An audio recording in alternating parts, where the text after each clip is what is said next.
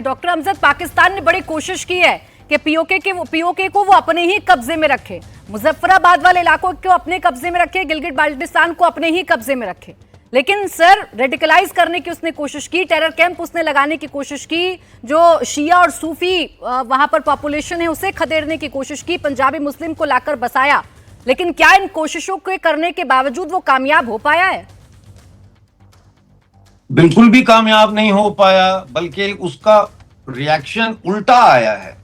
लोगों ने पाकिस्तान की ये चालें जो है, इन चीजों को समझा है कि ये नंबर 1 उनकी डेमोग्राफी चेंज करने की कोशिश कर रहे हैं, नंबर 2 एक पीसफुल सोसाइटी को रेडिकलाइज करने की कोशिश कर रहे हैं, नंबर 3 एक डेमोक्रेटिक जनरल डेमोक्रेटिक सोसाइटी को जो है ये शरिया के नाम पे और इस्लाम के नाम पे सेग्रीगेट करना चाह रहे हैं, नंबर 4 ये हमारा डिफेंस करने के नाम पे एक इमेजिनरी एनिमी इंडिया से हमारा डिफेंस करने के नाम पे ये हमारे पानी का लूट रहे हैं। जैसे एयर कमोडोर साहब ने बताया, 127 हाइड्रो पावर प्रोजेक्ट्स के बावजूद हमें 2-2 घंटे बिजली मिलती है, और वो भी लो वोल्टेज बिजली मिलती है, जिसमें हमारी जो इलेक्ट्रिकल अप्लायंसेज हैं वो जल जाती हैं, इस्त्री जल जाती है, फ्रिज जल जाते हैं, टीवी जो है वो पीछे से उसका वो सिस्टम सारा उड़ जाता है।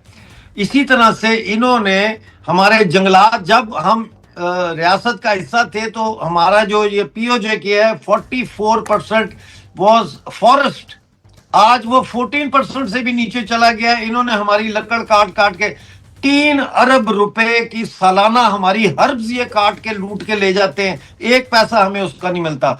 गिलगित बल्तिस्तान का जितना टूरिज्म है वो टूरिज्म डिपार्टमेंट इस्लामाबाद में बनाया हुआ है इन्होंने। तो ये सारी चीजें देख के हमारे लोग बिल्कुल बहुत ही नफरत करते हैं पाकिस्तान से। आप पाकिस्तान का झंडा लेके मुजफ्फराबाद में मोटरसाइकिल पे नहीं निकल सकते, या पीछे लगाते हैं ना लड़के झंडा लगाते हैं इंडिया का, या ऐसे आप नहीं निकाल सकते, चल सकते। पाकिस्तान का झंडा पीओजे में किसी पब्लिक प्लेस पे आप लगाएंगे, अगले दिन या रात को वो लोग उतार के फेंक देंगे उसको। और ये वाकयात हुए हैं, आपके इंडियन मीडिया में भी रिपोर्ट हुए हैं।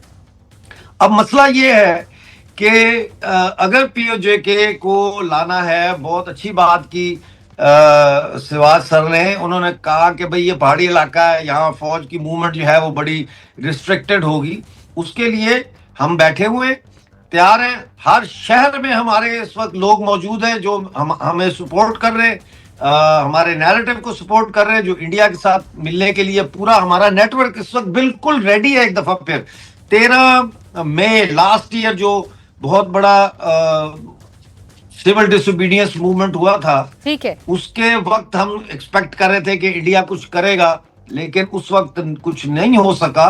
तो उसके बाद बिखर गए लोग, और जहादियों ने अपनी वो स्पेस जो थी खाली उसको भरने की कोशिश की। लेकिन आज हम उस नेटवर्क को दोबारा जो है वो ये बड़ी बात कह रहे हैं ना कि पहाड़ी और जंगल अगर मुश्किल बनेगा भी तो वहां के जो लोग हैं, जो पीओके में रहने वाले लोग हैं, जो पाकिस्तान अधिकृत कश्मीर में रहने वाले लोग हैं, वो मदद करने के लिए तैयार हैं। वो पूरी तरीके से तैयार हैं कि किसी भी तरीके से इस वाले हिस्से को वापस भारत में मिलाया जाए।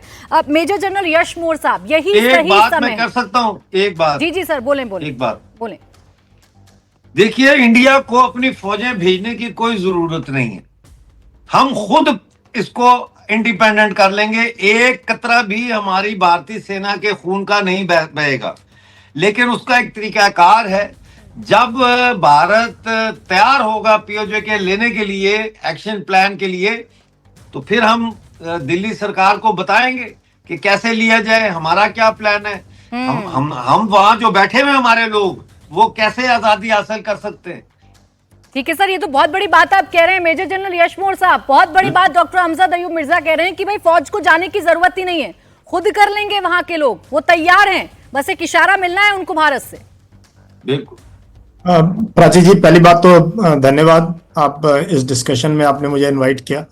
देखो, पीओके अगर मिलिटरीली लेना है तो जनरल सिवाच ने भी बताया कि ये पहाड़ों में हाई एल्टीट्यूड में इतना आसान नहीं है। कारगिल में 26 साल पहले कारगिल की लड़ाई आपको पता है कितने दिन चली, कितना खून हमने बहाया, अपना ही एरिया वापस लिया था। तो ये हमें फैक्टर इन करना पड़ेगा कि क्या मिलिटरीली एक एट्रिशन वॉरफेयर में हम पढ़ना चाहते हैं पाकिस्तान के साथ बंकर टू बंकर, वो लड़ाई लड़ने का तरीका होगा नहीं।